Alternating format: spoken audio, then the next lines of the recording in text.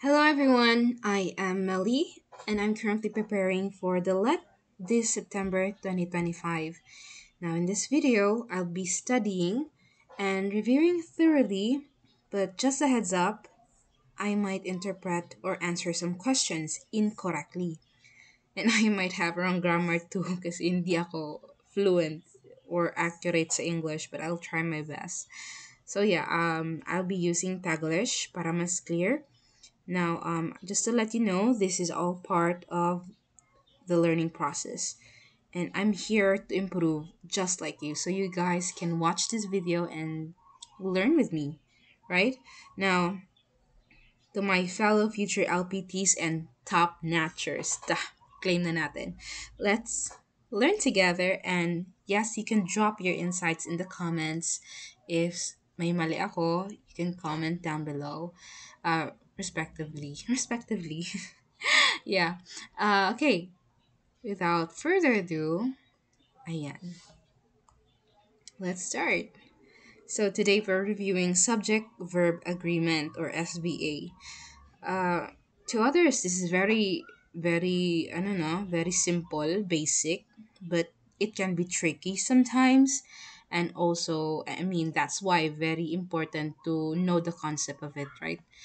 So, by the way, para alam nyo yung flow ng study lecture natin, I'll be using Word, Microsoft Word for my notes. Ito yung nakikita nyo ngayon, note making. And I'm also going to use an AI generated questions for, mastery and Anki flashcards. So you might see me copy pasting kasi yan ang ginagawa ko. After learning a concept, I test myself using AI and then copy paste it for flashcard. I mean, copy paste it to a flashcard app to master myself in the future. I'm not going to take the flashcards right after, probably a day or two.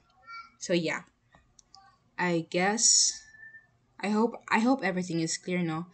And hindi ako confident eh. Hindi ako confident sa English kasi ano, hindi ako inclined with this. Or probably ako yung isang estudyante nung elementary na hindi nakikinig sa teacher. 'Di ba? Simple na mga fundamental subject na kagaya nito is hindi ko na master. So, right now, that is why we are having a review. Okay, saan na ba yan? Ito na ata. So, the previous one, I talk about the stative verb or dynamic verb. So, simply, I haven't make one yet, a video, pero I will try to discuss it. And, okay, ito na. For real na. Okay, let's start. Subject verb agreement. Let's get it bigger. Ayan. So there is rule number 1, or nor. So, that's rule number 1, no? Pag may ma-encounter tayo na or nor, you have to look at the closer subject. If both subjects daw are singular, use a singular verb. My aunt or my uncle is arriving. So, my aunt, di ba? My aunt or my uncle, iisipin mo, ay, dalawang taong pinag-uusapan natin, dalawang subject ang pinag-uusapan natin. But no, it's not. There are two subjects, but we are using the or. Or. So, you have to look at the closer subject. See, my uncle. Is that a singular or a plural? That is singular. Diba simple lang? So, gagamitin nyo singular. Or nor rule, ha? Sa subject agreement. Next, um, if the subject closer to the verb is plural, use a plural verb. So, the book or the magazine. So, again, we have two subjects, no? Iisipin mo, the book ay single siya. Parang yung nanonood dito, charit. Joke lang. Yung close daw na subject ang pagbabasihan natin when it comes to dealing with or nor. Diba? Pag may nakita kayong choices, or nor ang isasagot, you have just to look with the closer, yan, closer, closer subject. The book, single, or the magazines, plural, are on the shelf. Simple lang, that's rule number 1. Rule number 2, either or, neither nor. You have to watch the number. So kapag ang choices either or neither or, you have to watch the number. Is it plural or singular? So by the way guys, no, si either, pag makita kayo ng either or either, always pair yan ng or. Because this is when you have two things, two positive things, or two alternative things. Itong neither kasi ginagamit siya sa negative. Example, neither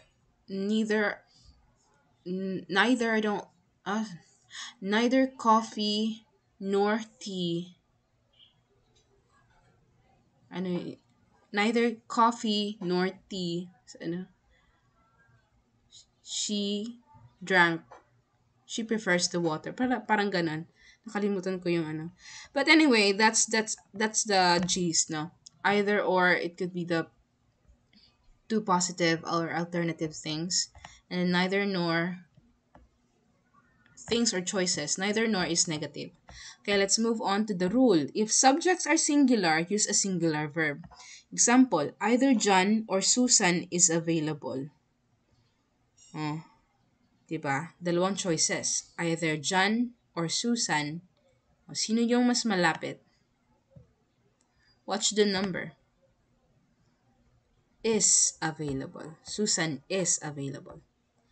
Ngayon, match the verb to the near subject. If both subjects are singular plus, sorry.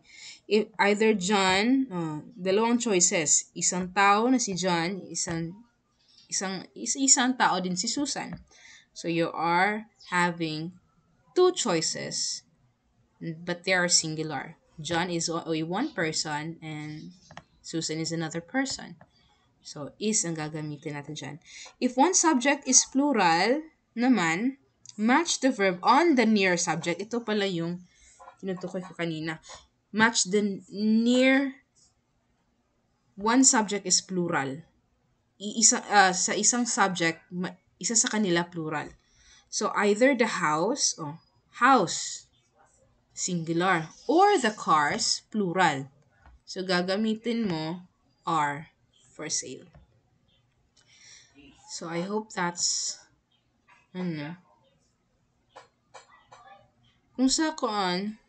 kung negative naman, sabihin natin neither John nor Susan is available. Pareho lang, pinalitan lang. Bale na napalitan lang yung meaning niya na ito, either John or Susan is available. Bale sa kanilang dalawa, may isang available sa kanilang dalawa. Kung neither ang gagamitin natin, isa sa kanila hindi available. Okay. Hirap no. Rule number 4. And equals plural unless it refers to one person or thing. Ano to? And is equal plural unless it refers to one person or thing. So if two different things, people are joined, use a plural verb. Two different things, people are joined, use a plural verb. My brother and sister are coming. Dalawa. My brother plus sister are coming. Malamang. Unless it refers to a person. Malamang, this is plural na because you use and. It's a short term of addition, in addition, di ba? Pangalawa, if they refer to the same person, thing, use a singular verb. Okay. Her professor and thesis advisor is here. So, ito lumalabas din to sa let. Nakita ko to sa mga drills eh. Her professor and thesis advisor. You thought that it is two different person, but it's actually same. For example, the singer and songwriter. It's not plural. It's actually a singular because the songwriter is actually a singer too. So, di ba? Her professor and thesis advisor is here. Dito makikita natin na different sila kasi brother and sister, two different things, two different person. So, yeah, her professor and thesis advisor is here. So, you're going to use singular verb. Okay? Or, this is dative, by the way. This is are, this is type of verb that being or state, or being or existing. Is, our, advisor is here, ganun. Anyway, if modified by each or no, use singular. Okay? No one is here. If may makita kayong na-modify ng word na each or no, each. Okay. Matik na tong each, no? Is talaga ma-answer natin dito. This is singular. And also, no. No one is here. No one are here. Hindi naman pwede, no? Pangit pakinggan din. And it's grammatically wrong. So, that is for the rule and. Pag may makita kayong and, be careful. It could be two things or the same person or same thing. Next, rule number 5. Ignore interrupting phrases. Ignore interrupting phrases. Now, ignore words like along with, as well as, besides, not. Bakit kaya? Ignore words like along with. Bakit? Interrupting phrases pala ang tawag sa kanila. Along with, kasama ni, as well as, pati na rin, besides, maliban. Okay. The politician, along with the newsman, is expected. Okay. Okay. Ngayon ko lang ito, di ba? My God. Kasi, when it comes to grammar talaga, no, nahihirapan tayo minsan. Aminin nyo, di ba? Nahihirapan din kayo. Maliban naman siguro sa mga English major, no? Kasi, araw-araw nila kinakain yung English eh. Inuulam nila yung English eh. Pero tayo na hindi masyado na, kasi ang dami nating subject na pinagtutuunan ng pansin. Especially when you are a B.Ed. My God, hello to my fellow elementary teachers there. Future teachers. So, ayan, no? Pag along with, as well as pala, matik, you ignore this, along with, because these are interrupting phrases. You focus in this one, the subject.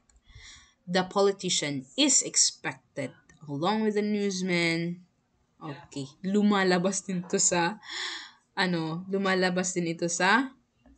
let, na-encounter ko yan. Yung encounter ko dito is, ngayon? The politician, along with the newsman. Parang ganito din.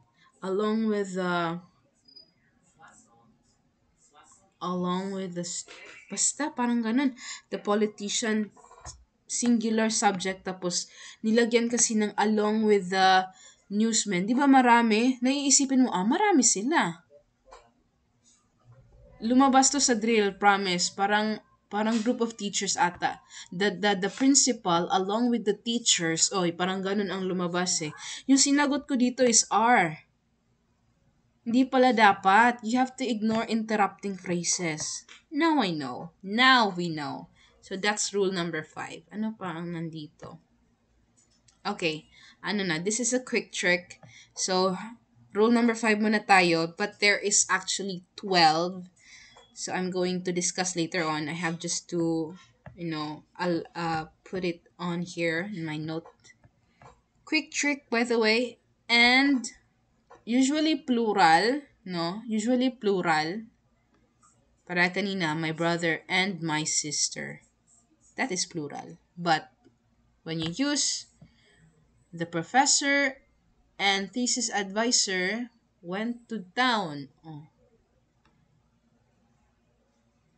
I mean, hurt. It could be one person lang yun. Or nor, match the closer subject. Each, every, no, everyone. What are you going to use? Are? Hindi. Is. No one. Nobody. Is. Each. Is pa rin. Ignore extra phrases. Oh, along with, besides, as well as. Parang may dagdag ba? Kasama si ano.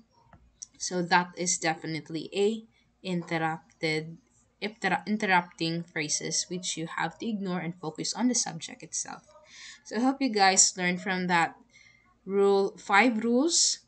Don't worry, there will be part 2 of this one. Hindi ko tatapusin ng ganito lang because we are going to have, ayan, ano to? Okay, we're going to,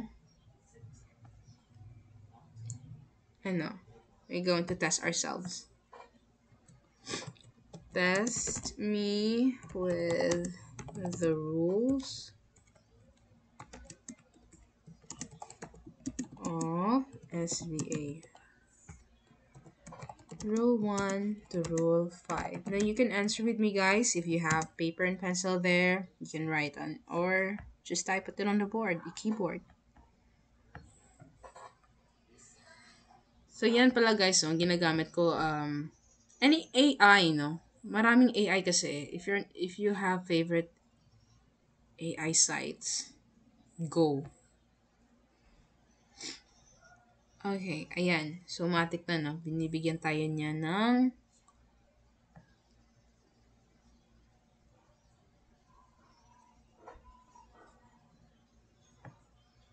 ayan. Okay, going to answer now. Number 1.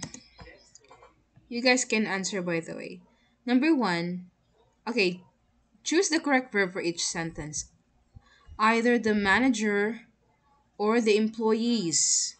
Blank responsible for the decoration. That is definitely are, diba? Because closer, diba? Closer to the subject.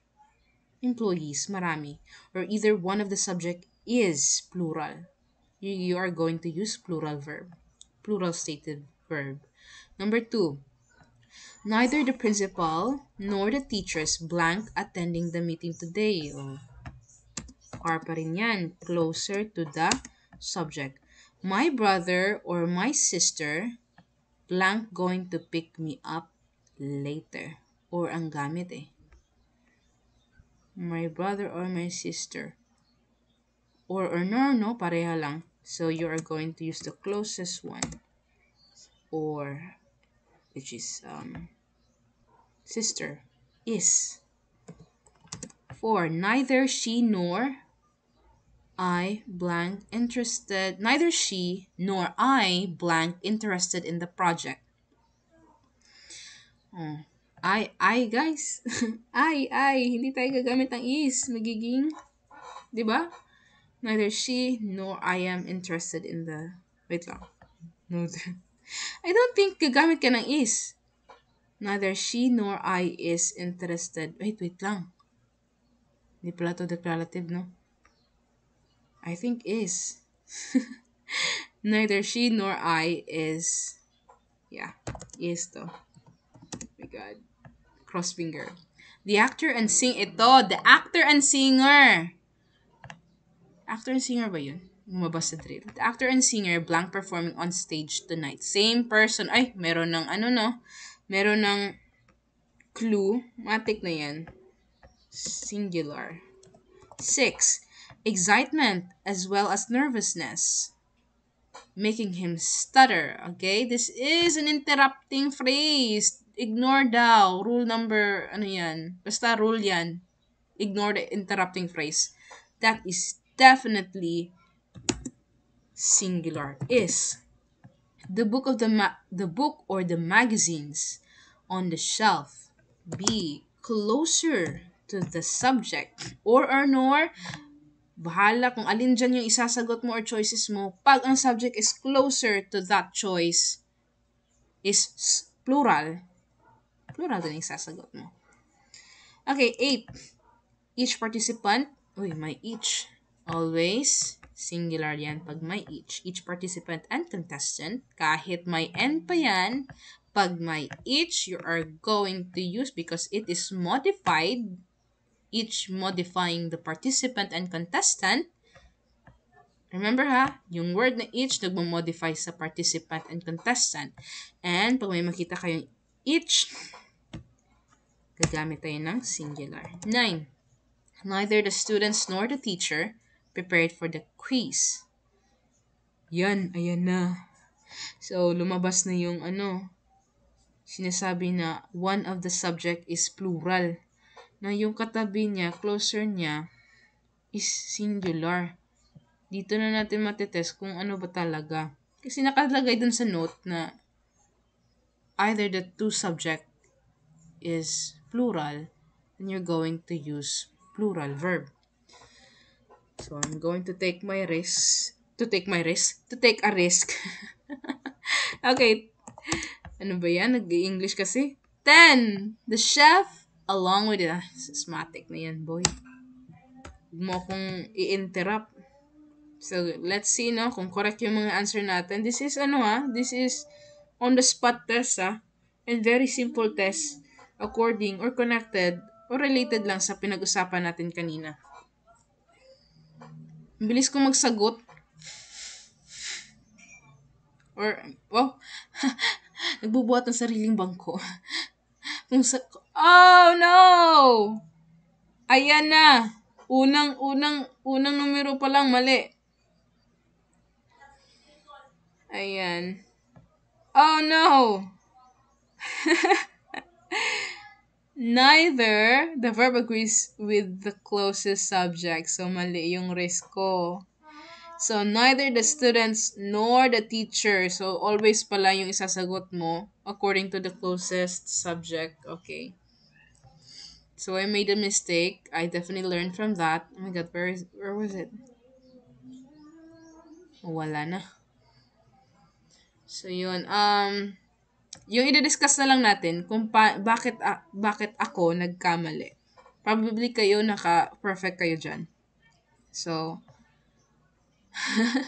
I don't even know if there is going to be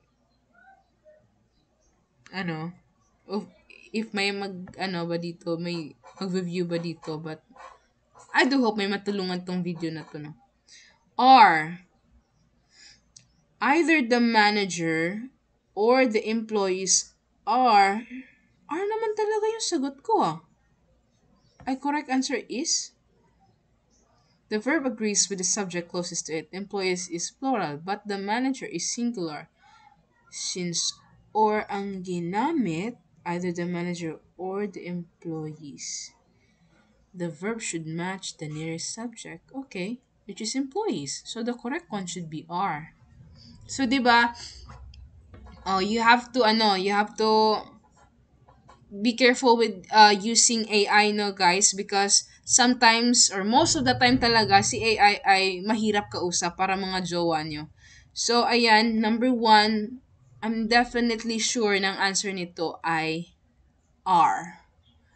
Closest subject is plural. So, the verb or the verb that we're going to use are, okay?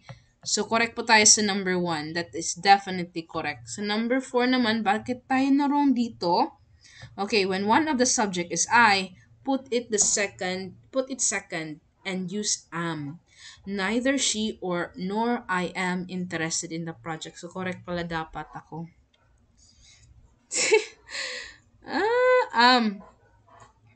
Okay. So, di ba alam naman natin since elementary, pag may I, gagawin mo, susunod talaga dyan is am. I is, di ba? Bobo ko talaga. Okay. Am pala, sorry. Ito, lesson learned. Neither the students nor the teacher is dapat. Kasi yung nabasa ko sa note making, either two is plural. Pero, you always base pala talaga sa closest subject. So, we got 8. Hindi yan 7, 18 kasi correcto. R to eh. Employees R dapat.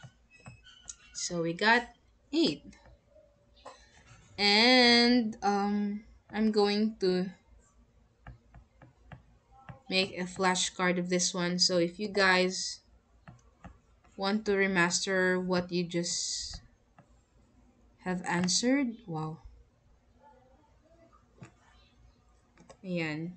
Dito ko siya nilalagay sa Anki. Or any flashcard app, no? Yan. Ganyan ang ginagawa ko. Then sooner or later, day after day, i-review ko yan. And let's see if I got the perfect score. Ayan, so I guess that was 25 minutes for just five topics. I hope you guys learned from it and always remember this quick trick. And at least hindi tayo 1/10, no? That would be devastating. See? There will be part of this continuation from Rule 6 to Rule 12. Goodbye.